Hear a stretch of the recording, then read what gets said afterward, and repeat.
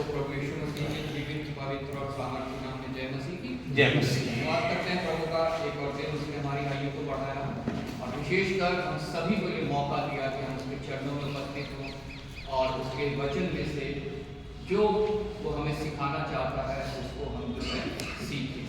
धन्यवाद करता हूँ पास्टर जी का कि हमें मौका बिल्कुल दिया कि आप लोगों के बीच में यहाँ में खड़ा होकर वचन में से कुछ जो प्रभु अगुवाई करता है वो बोलूं।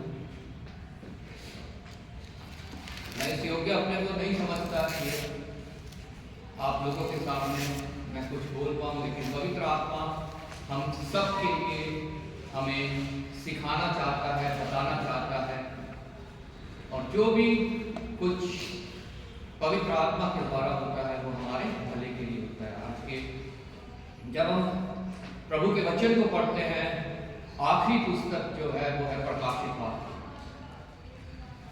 और हम सब ने इसे बहुत बार पढ़ा होगा। उसमें प्रभु यीशु मसीह अपने एक दूत को आज्ञा देता है कि वो यमुना को जाके प्रकाशित वाक्य दे और 7 कलीसियाएं जो वहां पे हैं उनके लिए एक पत्र लिखे।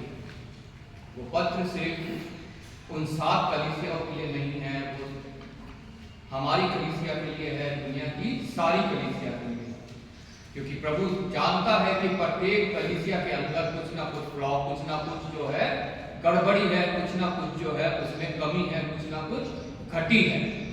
इसलिए कलीसियाएं जो है वो उन्नति नहीं कर रही हैं, कलीसिया के लोग जो है वो उन्नति नहीं कर रहे हैं और वो अन्य अन्य शिक्षाएं जो फॉल्स प्रॉफिट्स, फॉल्स पास्टर्स जो उनको शिक्षा दे रहे हैं उन शिक्षाओं में वो फंसती जा रही है। उन 7 पत्रियों में 12 आशीषें भी, जब उन 7 लेटर्स को पढ़ते हैं उनके अंत में 12 आशीषें भी हैं जो उन कलीसियाओं को मिलेगी जो इन पत्रियों को पढ़ के अपनी कलीसिया में से उन घटियों को, उन कमियों को, उन गलतियों को दूर करेंगे जो परमेश्वर नहीं चाहता कि कलीसिया के बीच में हो। यहाँ पे पहली पत्री जब हम पढ़ते हैं जो प्रकाशित वाक्य उसका 2रा अध्याय उसकी पहली आयत से लिखी है, इफिसुस की कलीसिया के दूत को यह लिख। और जब यहाँ पे हम इसको पढ़ते हैं 2री आयत से लिखा है, मैं तेरे काम और तेरे परिश्रम और तेरे धीरज को जानता हूं और यह भी कि तू बुरे लोगों को देख नहीं सकता। हम जब कलीसिया में होते हैं, हम परिश्रम करते हैं, हम कार्य करते हैं प्रभु के लिए और प्रभु से वो कार्य चुकावा नहीं। प्रभु जानता है हमारे हर एक परिश्रम को, हमारे हर एक काम को कि हम परमेश्वर के लिए कैसे और क्या कार्य कर रहे हैं और साथ में ये भी वो कहता है कि हम बुरे लोगों को देख नहीं सकते, मतलब जो परमेश्वर के वचन के विरोध में कार्य करते हैं उन लोगों को हम देख नहीं सकते हैं और जो अपने आप को प्रेरित कहते हैं और है नहीं। आज हम जब देखते हैं जो कुछ भविष्यवाणियां वचन में की गई हैं वो सब पूरी हो रही हैं, बहुत सी पूरी हो गई हैं, कुछ हमारी आंखों के सामने पूरी हो रही हैं जब तक हम इस पृथ्वी पे है और कुछ हमारे हो सकता है जब हम इस देह को छोड़ दें उसके बाद पूरी हो, लेकिन वो पूरी होनी सब बहुत आवश्यक है और निश्चित वो पूरी होंगी क्योंकि वचन सत्य है और जो कुछ इसमें लिखा है वचन बताता है उसमें से एक बिंदु भी टल नहीं सकती। आज हम देखते हैं कि हमारे बीच में झूठे प्रेरित, झूठे भविष्य वक्ता जो है वो उठ खड़े हुए हैं, जैसा वचन हमें बताता है कि अंत के दिनों में ऐसा ही होगा। विशेष करके हमारे नॉर्थ इंडिया में ऐसे बहुत से प्रेरित हैं जो अपने आप को कहते हैं हम प्रॉफिट हैं, हम प्रेरित हैं और ऐसे बहुत से कार्य, चमत्कार, चिन्ह प्रकट कर रहे हैं जिनके विषय में वचन हमें बताता है कि वो विश्वासियों को भी भरमा दे, उनको भी भटका सकते हैं। लेकिन प्रभु का वचन कहता है अपने आप को प्रेरित कहते हैं और है नहीं, उन्हें तुमने परख कर झूठा पाया है। उनको परखना हमारे लिए बहुत आवश्यक है और अपनी कलीसिया के लोगों को भी ये सिखाना बहुत आवश्यक है कि वो झूठे प्रेरित हैं। उनको हम किसी जलन के तहत नहीं, बल्कि वचन के प्रकाश में उनको हमें परखना बहुत आवश्यक है। सिर्फ और सिर्फ वचन जो है वो उसके प्रकाश में हम उन्हें परख सकते हैं, किसी मनुष्य की रीति में नहीं, किसी जलन में नहीं, उससे चिढ़ के नहीं। लेकिन प्रभु का वचन जो हमें सिखाता है वो हमें कलीसिया को सिखाना है कि वो वचन के प्रकाश में उनको परख सके कि वो झूठे प्रेरित हैं, कि वो सच्चे परमेश्वर के सेवक हैं, दास हैं, परमेश्वर के वचन को प्रचार करने वाले लोग हैं, परमेश्वर के बोझ को लेके रहने वाले लोग हैं। तू धीरज धरता है और मेरे नाम के लिए दुख उठाते उठाते थका नहीं। Hallelujah, hallelujah. प्रत्येक परमेश्वर के सेवक, दास, पास्टर, प्रचारक, डीकन, सबके अंदर धीरज होना बहुत आवश्यक है। कई बार हम सोचते हैं कि हमने वचन सुनाया और कुछ कार्य नहीं हुआ उस इंसान के जीवन में, लेकिन हमें धीरज धरना है। वचन अगर बोया, उसका बीज अगर बोया गया है तो वो बिना फल लाए नहीं रहता। वचन निश्चय अपना कार्य करता है। ये वचन ही हमें सिखाता है, हमें बताता है। आज उसके जीवन में कार्य नहीं हुआ, कल नहीं हुआ, हो सकता है 1 साल बाद, 5 साल बाद, 10 साल बाद उसके जीवन में कुछ ऐसा हो कि वो वचन उसके जीवन में कार्य करे और वो प्रभु के आगे घुटना टेके। हर एक कार्य में हमें धीरज धरना बहुत आवश्यक है और दुख उठाते उठाते थका नहीं। पौलुस तीमुथियुस को कहता है वचन सुनाने के लिए हमेशा तैयार है। दुख उठा और वचन सुना, समय असमय। ये नहीं कि सिर्फ संडे पुलपिट में आके हमें वचन सुनाना, समय असमय वचन सुनाने के लिए तैयार है। दुख उठा और वचन सुना, चाहे तेरे को कितना कष्ट हो, कितनी दुख हो, कितने गर्मी में जाना पड़े, कितने ठंड में जाना पड़े, बरसात में जाना पड़े, लोग तेरे विरुद्ध में हो जाए, लेकिन तेरा कार्य है वचन को सुनाना। बाकी कुछ तेरा कार्य नहीं है, बाकी कार्य जो है वो परमेश्वर का है। हृदय को खोलने वाला परमेश्वर है। मनुष्य किसी के हृदय में खोल के उसमें परमेश्वर को नहीं उठा सकता। परमेश्वर हृदय को खोलता है और वो जब खटखटाता है, जो हृदय खोलता है वो उसके भीतर जाता है और उसके साथ वो रहता है। दुख उठा, तू दुख उठाते उठाते थका नहीं, पर मुझे तेरे विरुद्ध यह कहना है कि तू अपना पहला सा प्रेम छोड़ दिया है। तूने अपना पहला सा प्रेम छोड़ दिया है। हम सब परमेश्वर की सेवकाई में जब आते हैं तो बड़े उत्साह के साथ आते हैं,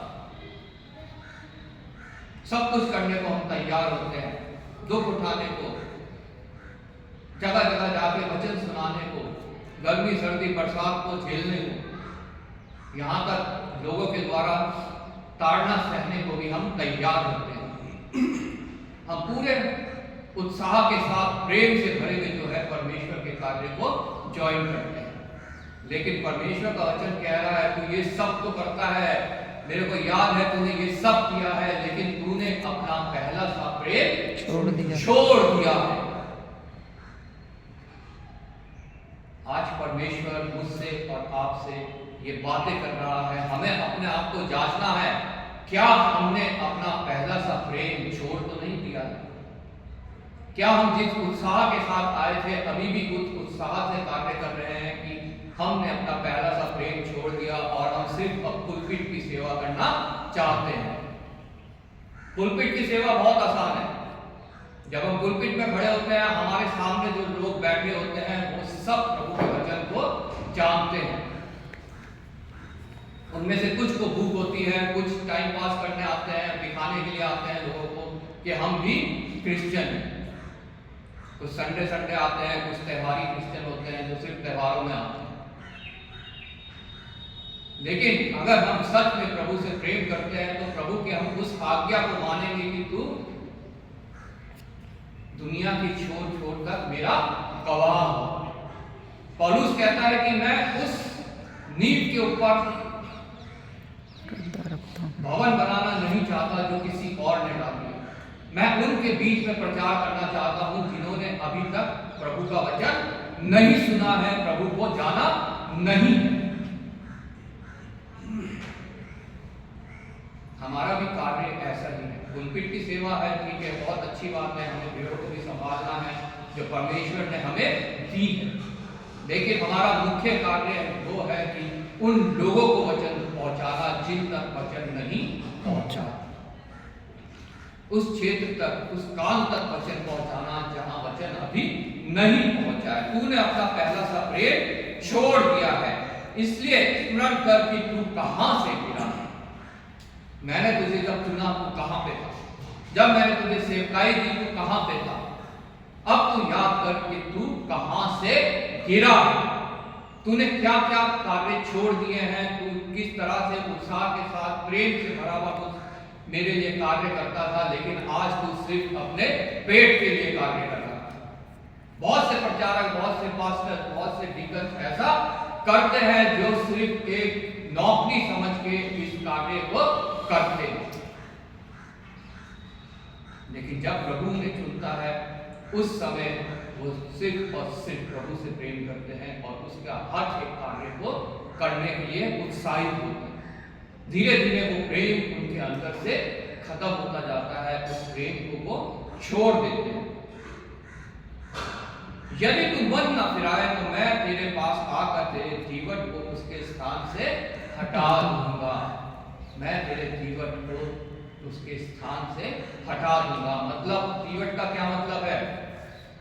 प्रकाश, प्रकाश, रोशनी जो हमसे रेडिएट होती है जब हम प्रभु के कार्य को करते हैं, जो परमेश्वर की ओर से प्रभु ने कहा मैं संसार की ज्योति हूं, तुम भी संसार की ज्योति हो।